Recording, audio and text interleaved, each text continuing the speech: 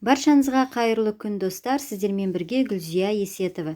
Видеоны соңына дейін қарап, лайк басып, комментарий жазуды ұмытпаңыздар.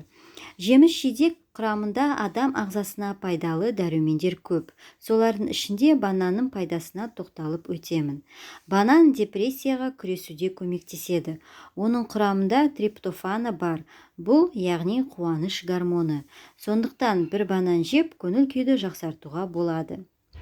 Банан әлемдегі аллергия тудырмайтын жалғыз ғана жеміс. Тіпті жас нәрестелер де банан аллергия бермейді. Банан сүйектерді қатайтады. Банан арқасында ағзадағы кальций жиналып тұрады.